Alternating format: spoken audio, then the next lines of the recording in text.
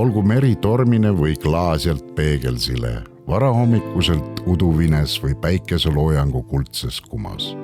Richard Uutmaa jaoks oli meri osaks tema vereringest. Kuuvalge öö rannal kannab endas igatsuslikku mõõdet, vaikselt, nii vaikselt loksuv meri, millele suvine täiskuu pillab sumedat valgust, et juhatada see siksakilise rütmina kuldse liivani. Merevee kohtumine rannajoonega on ainukene selge piirjoon maalil, sest nii taevas, maa kui kuuvalgus sulanduvad harmooniliselt üheks looduse imeks.